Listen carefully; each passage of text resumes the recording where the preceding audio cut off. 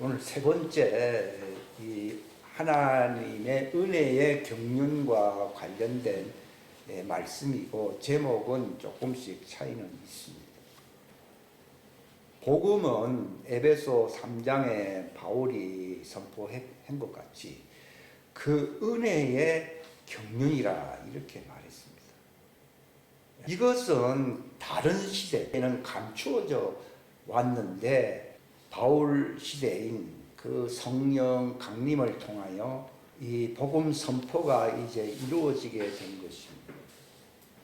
그래서 기독교의 기초라고 할 수 있는 이 하나님의 은혜와 관련된 말씀들을 또 나눌 수 있기를 바라는 것입니다. 바울은 그 자신의 서신이나 또는 사도행전을 통해서 복음 앞에 수식어를 붙였는데 은혜의 복음이라 이렇게 나옵니다. 베드로가 감옥에서 붙잡혀 매여 있을 때에 천사가 나타나서 그 쇠사슬이 풀어지고 한 말이 이 은혜의 복음을 전하라는 겁니다. 바울도 사도행전 20장에 보면은 이 은혜의 복음 증거하는 일을 마치려 하면은 나의 목숨도 귀한 걸로 여기지 아니한다 이렇게 말했습니다. 은혜와 진리라고 하는 것은 마치 동전양면과 같은 것이라고 말했습니다. 그러니까 은혜를 받았다고 하면은 진리를 알게 된다는 것이고 진리를 알게 되면은 은혜 속에서 거하고 살 수 있다. 로마서 5장에 말을 하고 있습니다. 그러니까 이 진리의 말씀과 이 하나님의 은혜는 서로 양면성입니다. 이쪽으로 들어오면 은혜고 이쪽으로 들어오면 진리라고 할 수가 있습니다. 하나님의 은혜의 경륜이 하나님이 뜻하신 목적을 이루기 위해서 단계 한 단계씩 이렇게 내려오는 걸 얘기하는 거예요. 이렇게 흘러가는 거. 본래 dispensation이라는 말을 그 바울 서신서에 기록이 되어 있는데요. 이 dispensation이라는 말이 그런 뜻이 있어요. 그러니까 하나님의 은혜가 어떤 단계를 밟아서 이것이 착착 이루어져서 무슨 목적에 딱 이러는 거예요. 하나님의 은혜라니까 그냥 막 좋은 거 주고 편안하게 살게 하고 우리에게 즐거움을 선사한다. 그게 보통 그 일반인들이 생각하는 수준입니다. 근데 그 수준은 아주 초짜 중에 초짜입니다. 근데 그것으로서는 하나님의 뜻하신 목적에 이르지 못합니다. 예수님이 말씀하셨거든요. 내가 온 것은 하나님의 목적을 뜻이나 목적이나 같은 말입니다. 행하기 위해서 왔다 그랬습니다.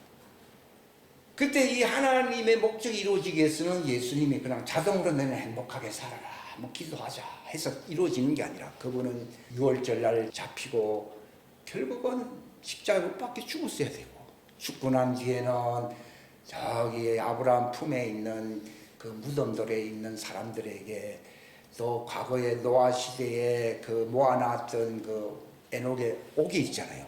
거기 가서 복음을 선포해야 돼. 그때는 예수님이 등장하지 않았기 때문에 그걸 선포하러 가신 겁니다. 무덤을 방문해서 복음을 선포했다는 말이 베드로전서 3장에 있지 않습니까? 그런 과정이 이게 무교절입니다. 무교절 때 하나님의 영생에 이르는 말씀을 그들에게 선포하려고 다녔던 것입니다. 그러니까 거기서 어떤 일이 일어났습니까? 여기 오늘 시편 68편에도 기록되어 있지만은 그들을 사로잡아서 낙원으로 데려갈 사람들은 이제 데려갈 준비를 하고 있습니다. 이게 우리 생각에는요, 이게 저절로 되는 것 같지만도요, 많은 노동과 어떤 그 수속을 밟는 어떤 과정이 있거든요. 근데 우리는 어린 수준의 신앙이라고 하는 것은 주님 내가 힘듭니다. 나는 어렵습니다. 그러니까 내 기도를 그래서 들어줘야 됩니다 해서 일방적인 그거는 이제 애들이 떼쓰는 울기도 하는 그런 수준인 것입니다.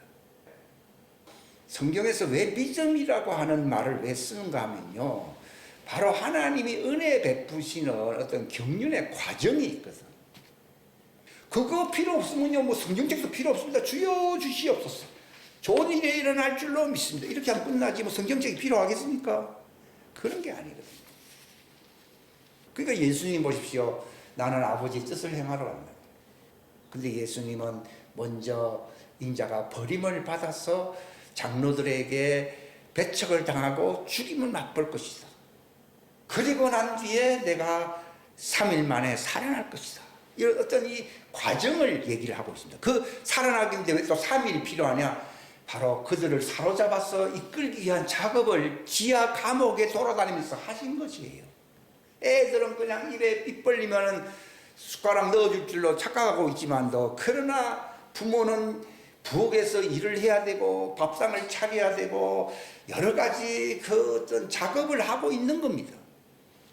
그러니까 성장한 사람들, 그리스도의 장성한 분량에 이르기 위해서는 자기 수준에서 종교적인 어떤 심성으로 하나님께 대해서 때를 쓰면 안 되고, 바로 하나님의 때가 있고 그 과정이 있고 바로 언젠간 나에게 이루어지는 그 어떤 과정이 있다는 것을 항상 생각해야 되고, 내가 거기에 어떻게 보조적인 역할을 감당해야 하느냐 하는 것들을 잘 생각해야 됩니다. 사람들은 그걸 무시하고 있습니다. 예수님 그랬잖아요. 내가 이제 화평을 주러 온 줄로 아느냐? 화평이 아니라 너희도 이제 나처럼 그런 수속을 밟는 데 있어서 어려움을 당하는 필수적인 과정이 있다. 그런 말을 하셨잖아요. 제일 중요한 말씀이 뭡니까? 각각 자기를 부인하고 자기 십자가를 지고 올 것이요, 나보다 너희 가족이나 너희 혈통이나 너희 친구나 이런 세상의 관계등, 심지어 재물이나 그 어떤 것도 나보다 더 앞세우고 사랑하면은 하나님의 왕국과는 상관이 없다, 이렇게 아주 딱 불러 얘기했어요. 사람들은 그런 말은 듣기를 싫어합니다. 실상은요, 다 자기 본입니다. 하나님 중심이 아니라는 겁니다. 이 은혜를 받는 데는 이게 그냥 주십시오 하고 외쳐서 다 받아서 천당 간다면 얼마나 좋겠습니까만은, 예수님도, 그러니까 어떤 사람이 당신은 심지도 않은 데서 거두고 또 뭐 이렇게 숨겨놓은 데서 뭐 이렇게 한다고 하니까, 내가 그러한 자인 줄 생각했느냐? 아마 노동 중에 최고의 노동을 하신 분이 예수님이시라고 할 수 있어요. 그러니까 어떤 과정이 필요 없이 저절로 오는 것을 은혜라고 하는 게 아니라, 하나님의 열심히 그 은혜를 완성시키려고 행하시는 그 역사가 있다는 걸 얘기하는 거예요. 이것을 우리가 받기 위해서는 받는 자의 입장에서 내가 해야 할 최소한의 그 역할이 있다는 것을 알아야 된다고. 근데 사람들은 거저 먹는 거, 뭐 그런 것을 은혜라고 착각하는 경향이 있습니다.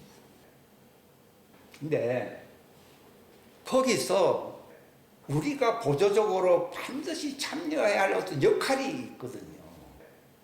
있기 때문에 명령이라고 주어진 것이지, 우리가 할 게 아무것도 없다고 하면은, 요즘은 뭐 구원파, 은혜, 뭐 무슨 짓을 하든지 다 하나님의 은혜니까 아멘 한마디만 하면은 다 끝난다. 이걸 하이퍼 그레이스다, 이 영어로 그래야 돼. 하이퍼라는 말은 극단적이다 이 말이야. 극단적인 은혜파, 하이퍼 그레이스, 이런 말을 씁니다. 그 좋은 표현이 아닙니다. 우리가 할 역할이 없다고 하면은 명령이라고 하는 말을 쓸 수가 없습니다. 예수님 뭐라고 말했습니까? 내 명령을 가지고 지키는 자가 나를 사랑하는 자이지, 나를 사랑한다고 하면서 그분의 명령을 지키지 아니하면은 그분을 사랑하는 것이 아니라는 것입니다. 근데 그분이 베푸시는 은혜와 그분이 우리에게 명하신 명령과는 어떤 관계가 있는가, 이런 것들을 우리가 잘 알아야 됩니다. 그러니까 은혜가 없는 나의 의무적인 행위만을 강조하면 그건 율법입니다. 율법. 근데 의무는 하나도 없고 그냥 저절로 또 하나님이 내게 그냥 주시는 것이다 하는, 이건 그것도 극단적인 생각이거든요. 그래서 복음은 은혜의 복음이라고 하지만은 거기에는 디스펜세이션, 어떤 과정이 있다는 것을 얘기하는 거예요. 그래서 중요한 것이 뭔가 하면요. 첫째는 믿음입니다. 믿음. 근데 사람들이 아이고 뭐 세 가지 하지만도 1번 시작부터 안 돼 있습니다. 예를 들어서 믿음합시다. 아, 그렇지. 믿음으로 다 되지. 근데 믿음이 뭐냐고 물어보면요. 아, 믿습니다 하면 믿음 아니냐고. 지금 거기에 결정적인 그 오류 때문에 불합격 판정을 받을 수 있어요. 불합격 판정 받는 사람 많지요. 성경은 이교도들도 이방 종교에도 할 수 있는 믿음을 얘기하는 게 아니고 예수님이 가지셨던 믿음을 얘기한다고 해서 예수의 믿음이라고 말을 하는 거예요. 베드로가 안전뱅이를 일으킬 때에 믿습니다 하고 일으킨 게 아니라 내 믿음이 아니라 예수의 이름 안에 있는 이 믿음이 내 속에 역사함으로써 이 사람을 낫게 했기 때문에 그분의 이름이 이 사람을 낫게 했기 때문에 나에게 주목하지 말라 이렇게 사도행전 3장에 얘기하고 있습니다. 그것도 성경은 묘하게 표현이 되어 있는데 그렇게 정확하게 표현을 해요.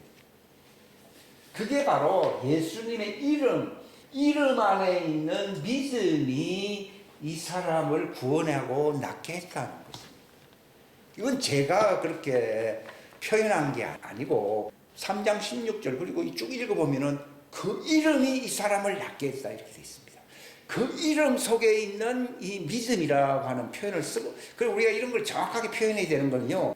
아이고 뭐 복잡하게 표현되어 있나 그냥 예수 이름을 믿었기 때문에 믿습니다. 이름 믿습니다.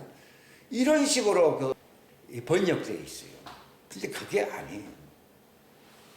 불교에서도 뭐 나름대로 어떤 믿음이 있잖아요. 다른 종교에도 그런 게 있잖아요. 그런 걸 얘기하는 게 아닙니다. 이것은 계시되는 믿음, 이것은 우리에게 선물로 주어지는 선물이라는 말을 쓰고 있어요. 에베소서에서는 선물로 주어지는 보배로운 믿음, 베드로서에는 보배로운 믿음을 받은 너희에게 또 이걸 단번에 우리에게 주시는 선물이에요. 내가 그것을 내가 획득한 게 아니고 우리에게 주시는 단번에 주신 믿음을 위해서 힘써 싸워야 된다고 유다서 3절에 기록되어 있잖아요. 그러니까 이것은 나의 삶과 내 어떤 혈통과 이 육체와 상관된 믿음이 아니라는 것을 알아야 되거든요.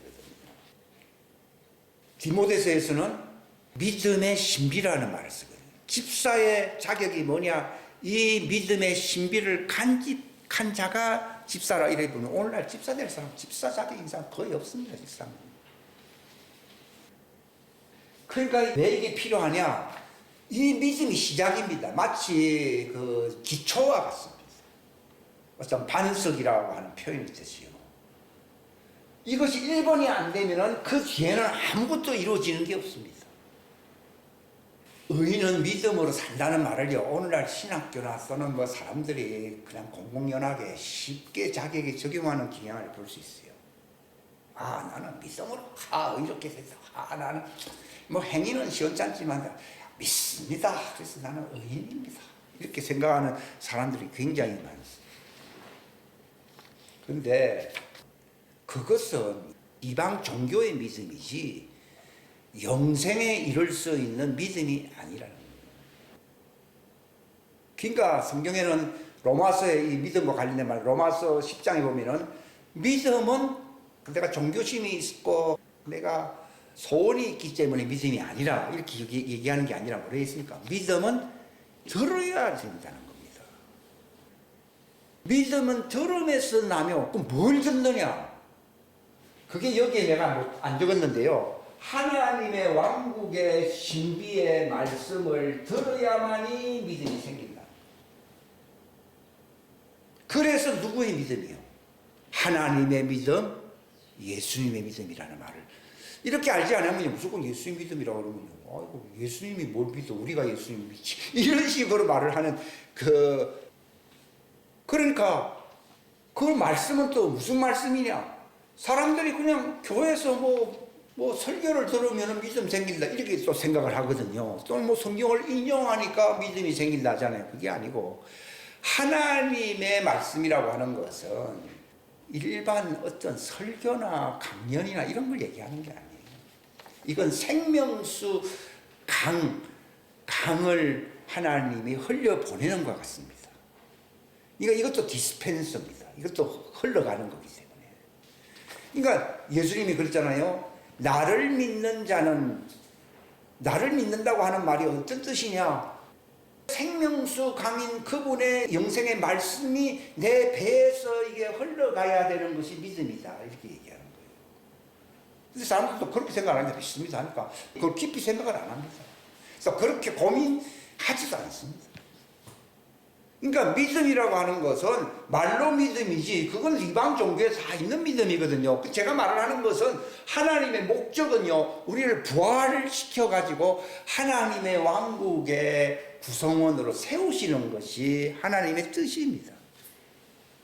그리고 그 일이 이루어지기 위해서는 하나님의 왕국에 대한 계시, 이건 하나님이 영원히 세우시고 그분이 창세 이전부터 이미 고안하시고 계획하신 그 뜻, 그것 때문에 예수님을 이 땅에 보내신 그 하나님의 왕국과 관련된 그분의 메시지, 이걸 왕국 복음이라고 하는 거예요.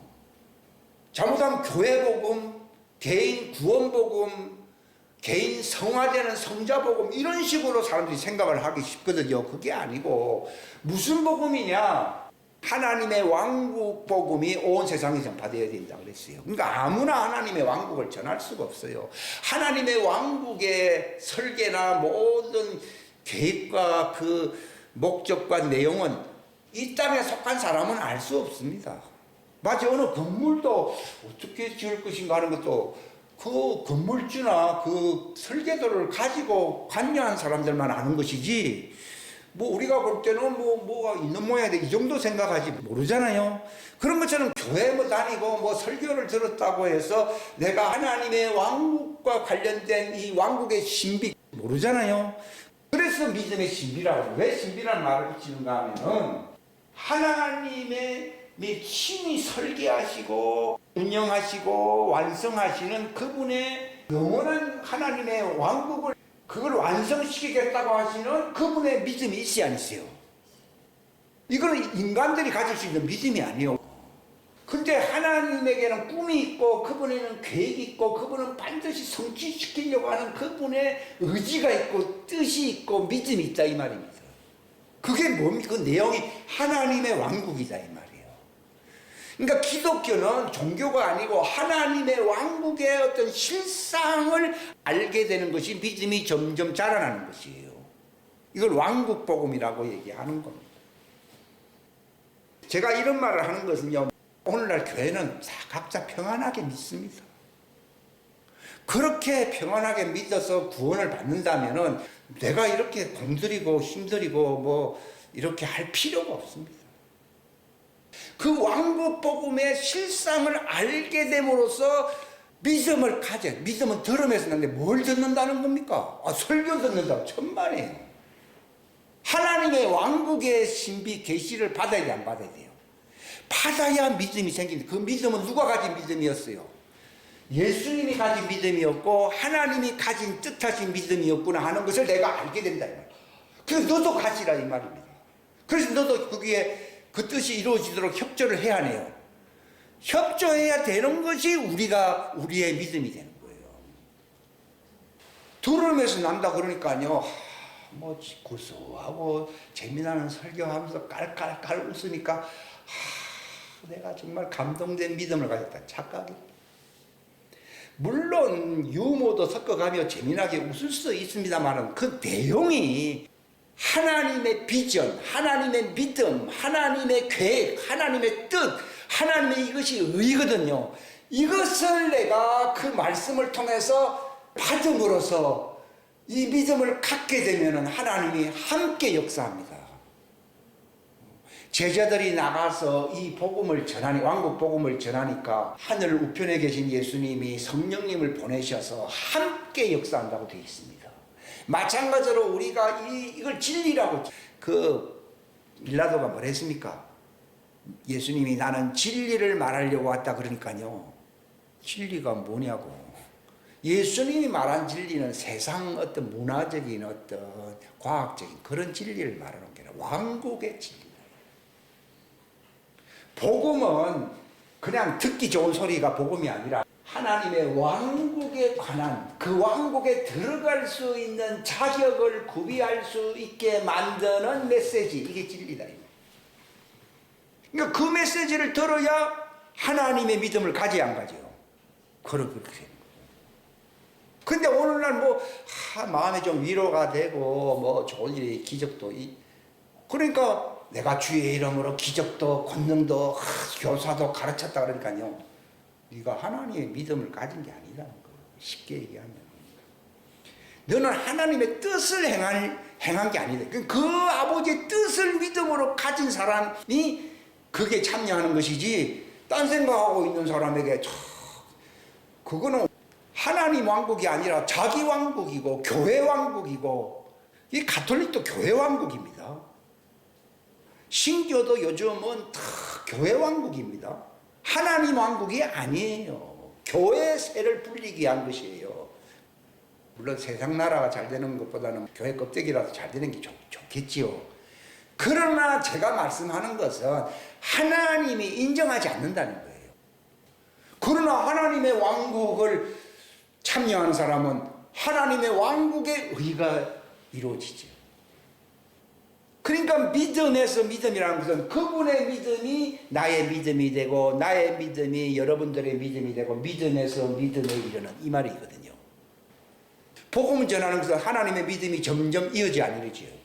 나에게서 이 사람에게로 갔다가 이건 또 전파되면 가게 되거든요. 그걸 그 하나님의 왕국의 말씀을 깨달은 사람들만이 복음을 그 왕국에 들어갈 수 있는 메시지를 전할 수가 있어요. 그러니까 자기들이 성경 읽고서 중얼중얼하는 그 당대 서기관들이 많으시잖아요. 예수님이 뭐라 했습니까? 너희는 그 왕국에 들어가지도 않고 들어가려고 하는 사람을 막고 있다는 겁니다. 모른다는 얘기입니다.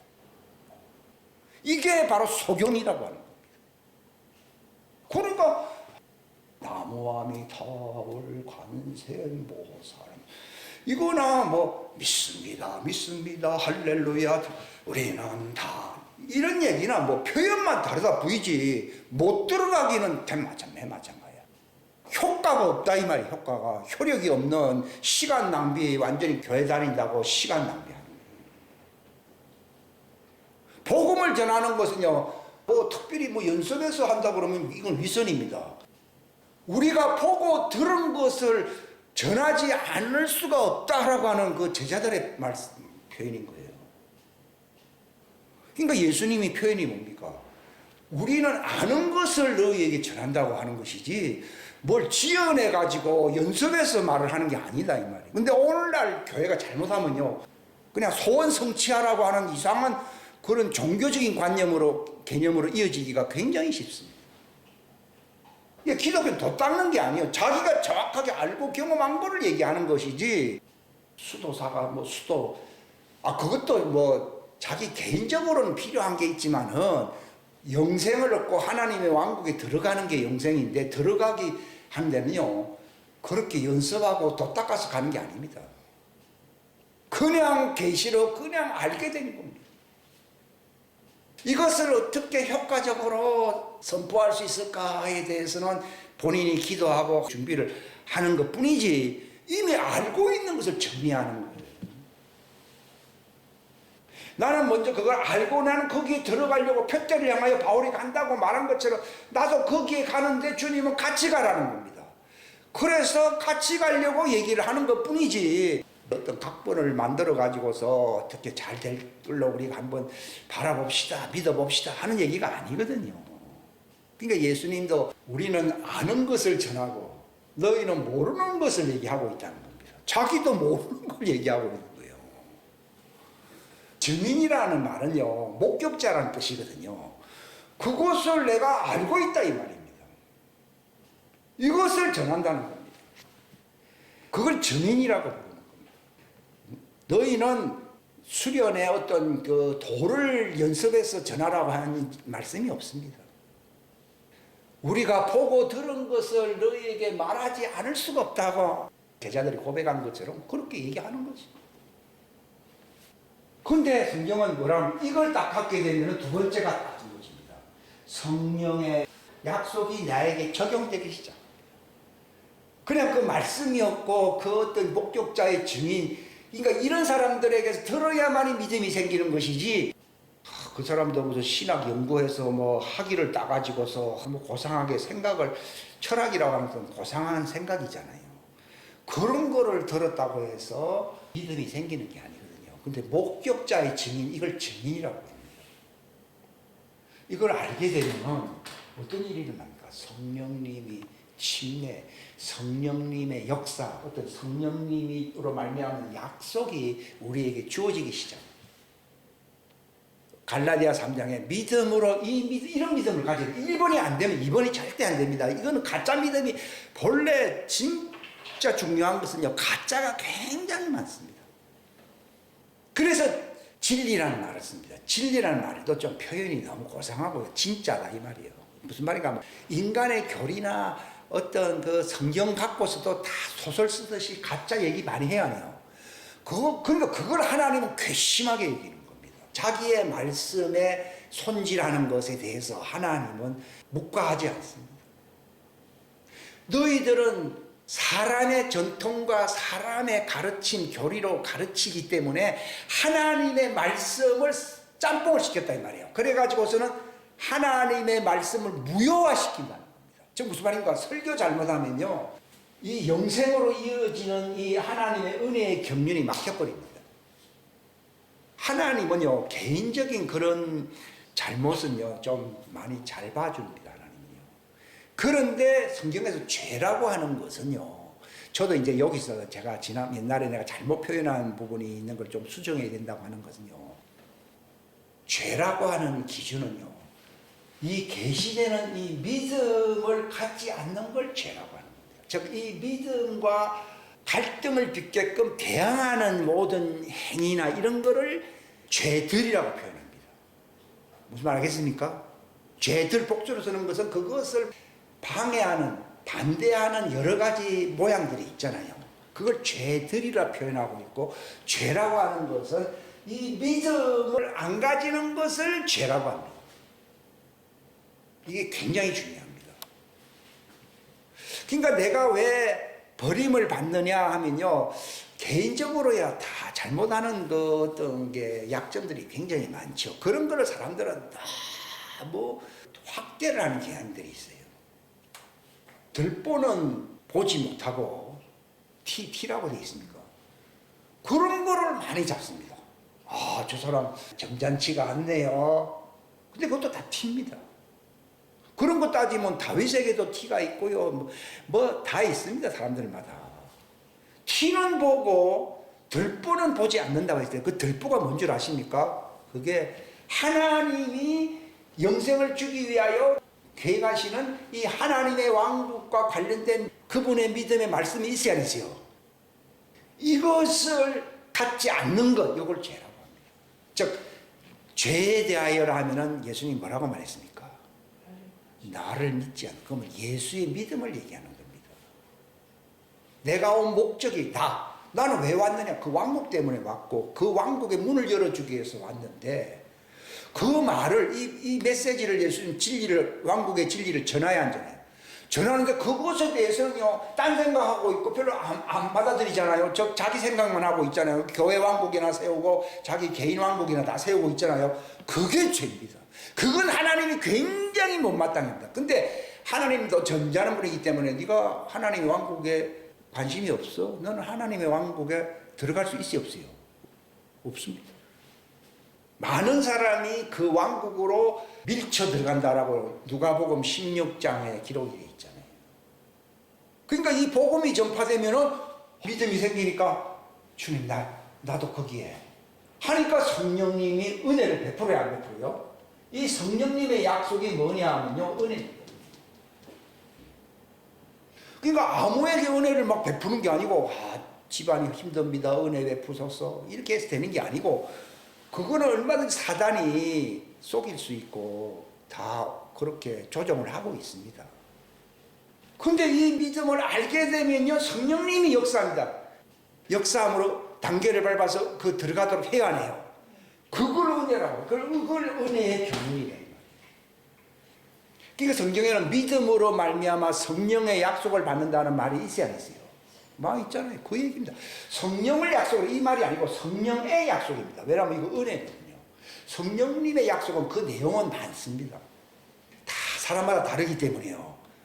그러니까 순번은 2번이 될 수밖에 없습니다. 첫 번째는 이 왕복의 복음, 하나님의 뜻, 그분의 영원한 뜻이 있거든요. 이것을 위해서 인간을 창조했고 다 하나님이 만상을 다 만들었는데 이걸 위해서 예수님이 육체로 오셔서 십자가에 달려 죽어야만 했던 그 위대한 역사가 있는데 그 하나님의 왕국에 대해서 그러니까 왕이 뭐랬습니까? 집에 만찬을 절비하게 마련해 놓았으니 우리 집에 오셔서 이 만찬을 드십시오 하면서 이제 광고를 하니까 어떤 사람은 장사해서 바쁘다고 안 가고 농사일에 오늘 일이 많다고 또 어떤 사람은 지금 사업차 그 개인 그 일 때문에 나 할 수 없노라 그러니까요. 이게 죄입니다. 죄. 왜 하나님은 이 믿음의 말씀을 전하느냐? 초청하기 위해서 전합니까? 한번 들어보라고 전합니까? 들어오라고. 만약에 하나님만 있고 하나님만 계시는 왕국이고 인간은 그것과는 상관없다면 이 왕국의 복음을 전할 필요가 있어요, 없어요? 전할 필요 없지요. 왕국의 복음이라는 말은 왕국에 들어가는 즐거움, 축복을 받으라 그 말입니다.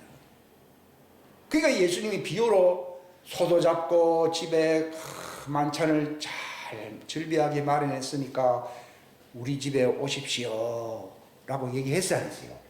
그거 비유거든요. 근데 하나님은요 많은 사람들이 들어오기를 원했던 거예요. 근데 나는 바빠요. 개인사 자기들의 사정이 있잖아요. 열심히 살잖아요. 열심히. 뭐가 좋은 일이 그렇게 많은지 열심히 산다고. 나는 오래 살아야 됩니다. 왜? 세상에 즐거운 게 너무 많고 집안에 손주들도 봐야 되고 나는 바빠요. 바빠.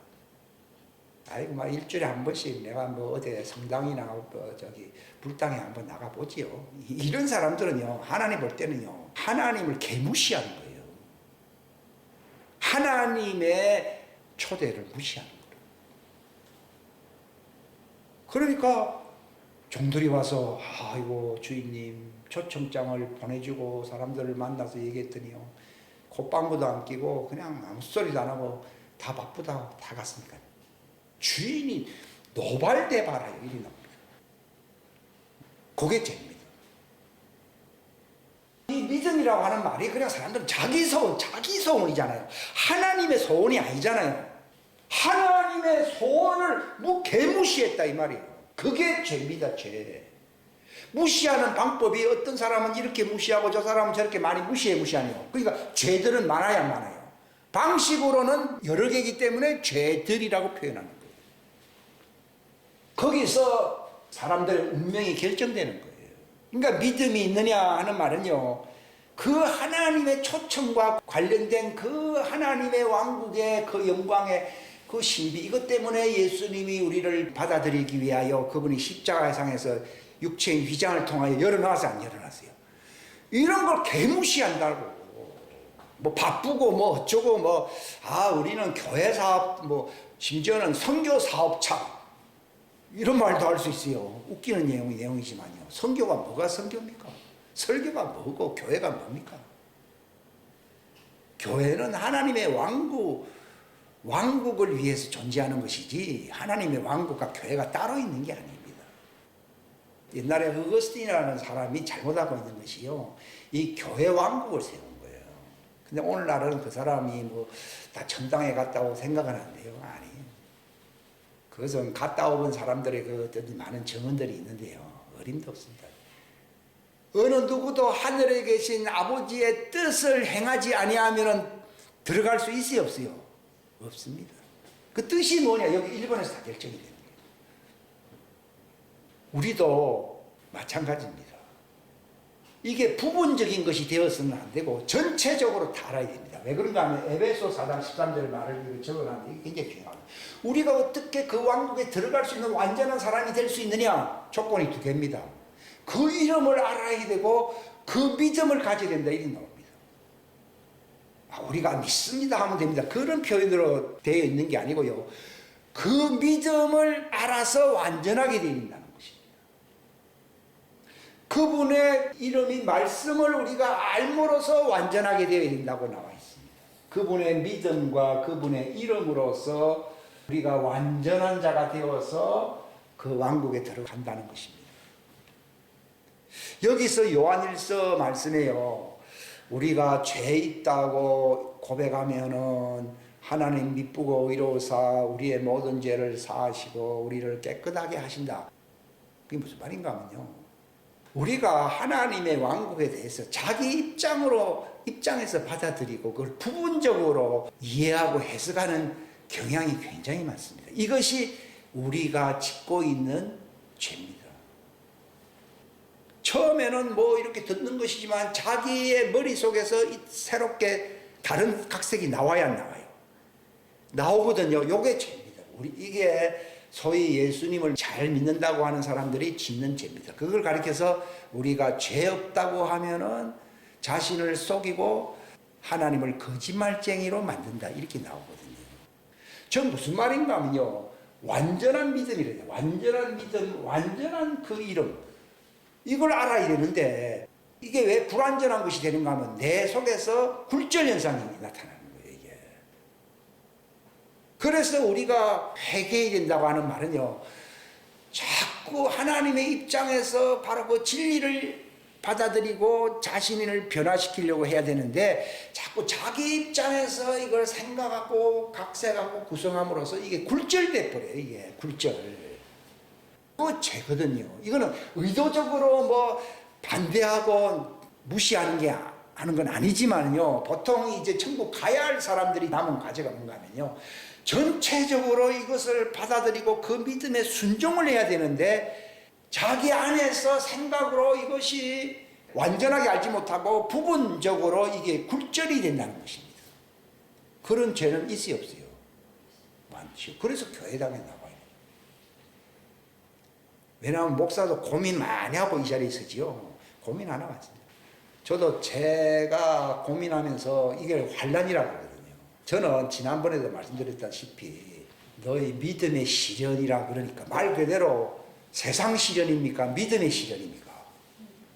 믿음의 시련입니다. 이런 믿음을 제대로 굴절 안 되고 진리로 자기를 완전하게 만들 수 있는 믿음이 되기 위해서는 환란을 겪어야 할게요.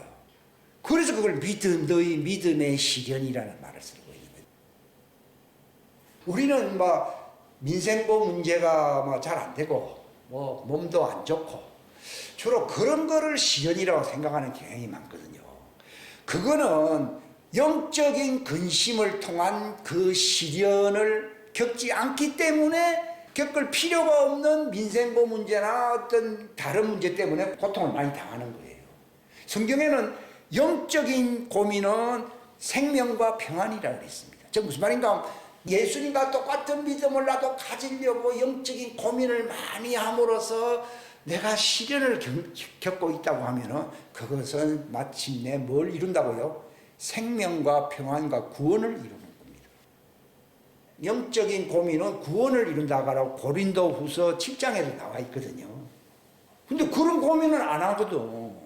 그러니까 시련이 내가 사업도 안 되고 집안도 잘 안 들어가고 자녀가 문제가 다 핑계고 그런 게 아니라 하나님이 가지신 그 믿음을 나도 그대로 내 삶에 반영하기 위해서 굴절되지 않게 하려고 내 중심으로 생각하지 않으려고요. 바르게 이해하려고 힘쓰는 고민을 많이 해야 돼. 그걸 노동이라고 표현합니다. 너희 믿음의 시련 또는 요한복음 6장에는 노동하라 이렇게 나와 있습니다. 그 노동이 시련인 겁니다. 근데 그 시련은 소망이 있습니까? 없습니까? 있습니다. 다른 육신의 근심은 소망이 없습니다. 그래서 육신의 근심은 사망이라 이렇게 나와 있고 영의 근심은 생명과 평안과 구원이라고 나와 있습니다. 그 노동을 해야 된다는 것입니다. 그 노동은요 어려운 노동이 아니고 내 짐은 쉽고 가볍다. 그렇게 말했습니다. 그것을 자꾸 수정해야 됩니다. 이거를 회개한다고 하는, 죄 없다고 하는 게 아니라 죄 있다고 뭘 한다고요? 자백을 합니다. 하게 되면은 그걸 자백이기 때문에 그 문제가 해결됩니다. 그러니까 내 사생활도 왜 삶 것이 이렇게 왜곡되면서 힘든가 했더니요, 영적 근심을 함으로써 내 속에 완전한 믿음을 가져 그리스도의 형상이 내 삶에 이루어지기 위해서 그런 고민을, 시련을 겪게 되면은 자연히 내 사적인 삶에 어떤 질서가 있고 평안이 찾아오는데, 그걸 안 하기 때문에 하나님은 그래도 영생에 이 사람 들어가게 해야 되기 때문에 다른 풍파가 일어야 일어요. 예수님은 정도로 가셨기 때문에요, 배를 탔는데 광풍이 일어나더라도요 말 한마디 끝내버린 거거든요. 근데 왜 우리에게는 그게 안 되느냐를 제가 알게 된 거예요. 그게 예수님이 가졌던 그 믿음, 그 완전한 믿음, 그게 바로 모든 주권자의 으뜸이 머리가 될 수 있는 믿음이거든요. 그러면 만물이 다 그 믿음 앞에 복종해, 복종 아니에요? 다 복종하는데 그 믿음을 안 가지니까 만물을 복종하는 게 아니라 만물에 시달리고 있는 거예요. 이게. 환경에 시달리고 집안에 시달리고 전부 시달리는 겁니다. 이게. 그러니까 힘듭니다. 그래서 그 문제를 해결해 달라고 그 은혜 베푸십시오. 거꾸로 돌아오는 이 문제들이. 근데 우리는 이 믿음 문제 때문에 자백을 해야 되고 종들은 회개를 해야 돼요. 해야 되는 거예요. 그래서 정말 완전한 믿음을 가져 완전한 사람이 되어 이렇게 나오거든요. 에베소 4장 13절에. 이 믿음과 그분의 이름, 그분을 아는 것을 통해서 우리가 완전한 자가 되어 이렇게 나옵니다. 그래서 그리스도의 충만한 분량의 장성한 수준에 이르러야 된다고 합니다. 그게 뭡니까? 그리스도의 수준은 머리고 만물의 으뜸이잖아요. 그럼 만물은 다 자기에게 복종하거든요. 그러니까 예수님은 그렇게 살고 계시니까 풍랑이 오다 잠잠하라 그러는 거예요. 그러니까 물결이를 막 이렇게 막 걸어 다니시거든요. 이게 하나님의 아들이 나타나는 거예요. 그리스도와 같은 그 장성한 분량의 수준은 바로 그걸 얘기하는 겁니다. 그러면은 나의 환경, 나의 생활, 나의 옛날 과거가 어떻고 이런 것들이 별로 문제가 안 됩니다. 그게 짓게 되면 하나님 기뻐하거든요. 그 믿음을 기뻐한다는 것입니다. 그러면 만물이 내가 시달리는 게 아니라 만물을 지배하고 복종할 수 있습니다. 심지어는 마지막 때에 하나님의 뜻을 위하여 이방인들의 재물이 자기에게 올 수 있지 않겠어요? 오는 거예요. 그래야지 대추수가 일어나니까요. 그 일도 일어나는 겁니다. 그게 1번. 그러니까 이런 걸 갖지 못한 것에 대해서, 잘 모르는 것에 대해서는 회개되고, 이 믿음이 왜곡되고 이 굴절되는 것에 대하여 내 삶에 반영이 안 되게 하는 것은 자백을 해야 되는 거예요. 이 전부 죄거든. 죄도 적극적으로 반대하는 죄도 있고 여러 가지 죄가 있어요. 이 말씀과 관련해서요. 이 믿음과 관련해서 말입니다. 근데 나는 안다고 하지만도 여전히 내가 너무나도 부분적이고 편파적으로 이해를 하고 있구나 하는 것도 죄거든요. 말씀과 관련된, 믿음과 관련된 것은 다 죄거든요. 왜냐하면 믿음은 나를 믿지 않는, 즉 이 믿음에게 어떤 효과가 나타나지 않게 하는 건 다 죄거든요. 그러니까 이 믿음에 시련이 찾아오게 돼 있습니다. 이것이 사단이 어떻게든지 왜곡시키려고 하고 믿지 못하게 하려고 하고, 이게 부분적으로 우물 안에 개구리처럼 하는 경향이 많잖아요. 장성한 분량에 이르도록 완전한 믿음을 가져야 된다고 나오거든요. 창세기로부터 우리가 이제 요한계시록을 이렇게 다루는 이유는요, 그건 복잡한 걸 뭘 다 알아야 되는 그게 아니라 그 전체 흐름이, 하나님의 왕국의 흐름이 어떻게 진행되고 있다는 것을 자기가 알고 있어야 된다 이 말이에요. 거기에 내가 이제 순응을 해야 돼. 그 믿음에 복종한다고 나와 있거든요. 그 믿음에 복종해야 돼요. 나를 위해서 믿음을 사용하는 게 아니라 그 믿음에 복종해야 된다고 로마인서 16장에 나와 있잖아요. 로마인서 1장에 있고요. 로마인서 책은요, 그 믿음에 복종하라는 책이에요. 근데 전부 다 뭐 자기 믿음 갖고서 나는 의인이다 이렇게 생각하지 않는. 그러면 이 믿음은 반드시 수반되는 것이 성령님의 그 약속이 있습니다. 하늘 왕국에 들어갈 수 있는 문들이 막 열린다는 것을 얘기하는 것입니다. 약속에 참여하는 사람이 된다고 나와 있습니다. 이게 다 성령님이 인도를 하시는 것입니다. 예를 들어서 할례와 같은 것도 성령님의 약속이에요. 약속 아니에요. 약속이거든요. 내 옛사람이 완전히 죽어버리는 대역사가 일어납니다. 즉 옛사람이 완전히 멸절되게 하는 역사, 이거는 인간의 힘으로 안 됩니다. 솔직히. 근데 저는 일본을 잘 모르고 있는 상황에서 자꾸 성령의 할례하니까요, 이것도 효력이 반감 그 이상으로 약화되는 거예요. 그러니까 성령님의 약속이 많습니다. 너를 정화시키고 너를 완전한 자로 만들고 너에게 은사가 있게 하고 또 너에게 어떠한 그 필요로 하는 것들을 하나님이 주시잖아요. 그거는 사람마다 다 다르기 때문에 성령님의 약속이 있습니다. 이거는 어디에 이르도록요? 예수 그리스도의 몸의 부활에 이를 수 있도록 하나님이 마치 그 의사한테 가면은 그 처방전을 받지 않습니까? 그런 것처럼 그런 처방전입니다. 이런 걸 많이 받습니다. 이거는 오늘도 받고 또 지나가면 또 받고 또 받고 성령의 약속을 받습니다. 이걸 받게 됩니다. 이것이 이번의 역사가 이루어지면은 1번을 갖고 있는 겁니다. 1번을 이해한 것입니다. 그럼 이 2번의 약속을 자꾸 받게 되면 어떻게 되느냐? 의의 선물을 충만히 받게 됩니다. 여기 우리 로마서 5장에 보면 의의 선물을 충만히 받는다는 말이 있지 않습니까? 성경에는 너희가 내 이름을 알아서 내 이름으로 구하라 그리하면 너희가 받으리니 하니까요. 떼부자가 되겠구나. 그게 아니고 무엇이든지 내 이름으로 구하면 내가 시행하리라 하니까 좋은 일 많이 생기겠구나. 그런 뜻이 아니고 의의 선물을 충만하게 받게 됩니다. 빛들의 아버지께로부터 내려오는 선한 선물들이 있어야 안 있어요? 있습니다. 그러니까 이번에 약속에 참여하면서 문이 열린다는 개념이고요. 여기서 바로 그 이름으로 내가 이 하나님의 경륜의 믿음으로 말미암아 의의 선물을 충만하게 받는 겁니다. 여기까지 와야 기쁨이 충만하네요. 이걸 은혜 충만이라고 부르거든요. 은혜의 문이 열리게 되는 것이죠. 예. 문제는 문만 열리면 뭐합니까? 충만히 받아야 되잖아요. 근데 받는다는 게 무슨 떼부자가 된다는 얘기가 아니지 않습니까? 너희가 받으리니 너희 기쁨이 어떻다고요? 충만하리라. 이게 충만 개념이 여기 나옵니다. 초대교회가 3번까지 갔거든요. 근데 오늘날은 1번도 안 됩니다.